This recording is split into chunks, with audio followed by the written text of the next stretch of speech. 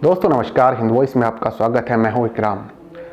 दोस्तों, अमेरिका की जो ट्रंप सरकार है वो भारत की बेइज्जती करने का कोई मौका नहीं छोड़ती है, बिल्कुल नहीं छोड़ती है। और इस एक महीने में 2 घटनाएं तो ऐसी हो चुकी है जहां आप लोग ये कह सकते हैं कि हाँ वाकई ट्रंप सरकार है जो है वो इतनी मतलबी है कि जब उसका काम निकल जाता है तो वो आंखें लाल लाल फिर से दिखाना शुरू कर देती हैं। 2 दिन से तो आप ये देख रहे होंगे कि मोदी जी को ट्रंप सरकार ने, व्हाइट हाउस ने अनफॉलो कर दिया है ट्विटर से।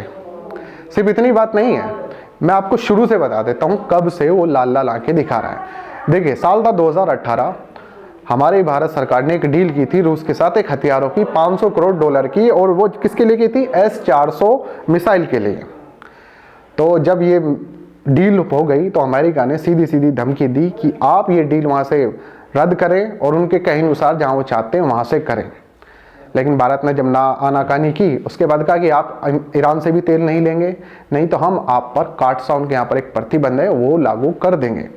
लेकिन आप लोगों को ये खबर पता चली? कभी नहीं पता चली होगी। अगर पता चली होगी, थोड़ी बहुत हेडलाइंस आपने पढ़ी होगी कहीं किसी अखबार के लास्ट पन्नों पर।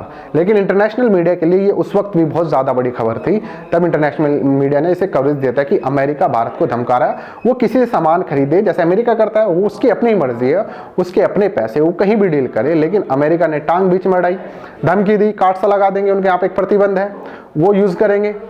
खैर, ये तो थी उस वक्त की बात। लेकिन अभी पिछले 1 महीने में क्या हुआ?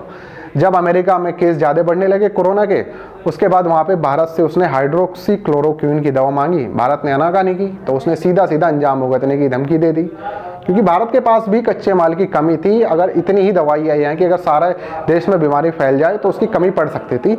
लेकिन मोदी जी ने धमकी का असर सीधा सीधा लिया और अगले दिन ही ठीक है हम भेज रहे हैं, प्रतिबंध हटा लिया और यहाँ से भेजना शुरू कर दिया। अब जब दवाई वहाँ पहुँच चुकी है, वो खेप जैसे ही वहाँ पहुँची, वो उन्होंने अपना रंग दिखा दिया कि अब तो माल पहुँच चुका है, अब यानी कि अपना काम बन चुका, और अपना काम बनता बाढ़ में जाए जनता। तो वाली बात उन्होंने सीधा सीधा क्या किया कि मोदी जी को सबसे पहले ट्विटर से अनफॉलो कर दिया। मीडिया ने सिर्फ ये थोड़ी बहुत खबर आपसे दिखाई है, लेकिन क्या इस पर किसी अमीश देवगन ने आर पार किया?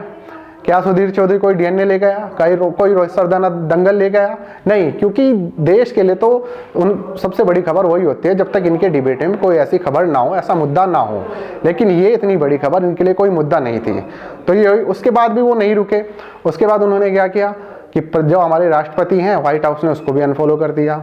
तो एक और बेइज्जती, यानी बेइज्जती पे बेइज्जती। और अब ला ला के हम उसको बदले में कुछ कह तो नहीं सकते, क्योंकि इतनी शर्म की बात है, हमने पहले से अपनी कमी जाहिर कर दी थी। और दोस्तों, कितनी शर्म की बात है कि जहां हम पाकिस्तान को रोजाना करे आते हैं और आप बांग्लादेश को हड़का देते हैं या एशिया के देशों में अपनी पैठ जमाने की कोशिश करते हैं, वहां हम अमेरिका की बार बार बेइज्जती होने के बाद भी उसे कुछ कह नहीं पा रहे हैं। इसका कारण क्या? आप लोग कमेंट में जरूर बताइएगा, या जो लोग बाहर रह रहे हैं आजकल, जो विदेश से खबर देख रहे हैं, वो भी कमेंट कर सकते हैं। अब मैं बताता हूँ आपको कि वैसे तो ट्रंप और मोदी जी अच्छे दोस्त माने जाते हैं। मोदी जी उन्हें कहते हैं कि वो मेरे सबसे अच्छे दोस्त हैं। जब हाउडी मोदी हुआ, मोदी जी यहाँ से गए अपने लाओ लश्कर के साथ में, और वहाँ पर जाके हाथों में हाथ डालकर खूब स्टेडियम में घूमे, और जो वहाँ पर 5 लाख से भी ज़्यादा भारतीय रह रहे हैं उनसे अपील भी कर दी कि अब की बार ट्रंप सरकार, जैसे यहाँ पर था ना, अब की बार मोदी सरकार, फिर एक बार मोदी सरकार, वैसे ही वहाँ पर देखने को मिला। लेकिन उसके बाद भी मामला इतना ही नहीं था दोस्ती का। ट्रंप यहाँ पर आए, नमस्ते ट्रंप, वेलकम हुआ अहमदाबाद के अंदर। वहाँ पर क्या किया?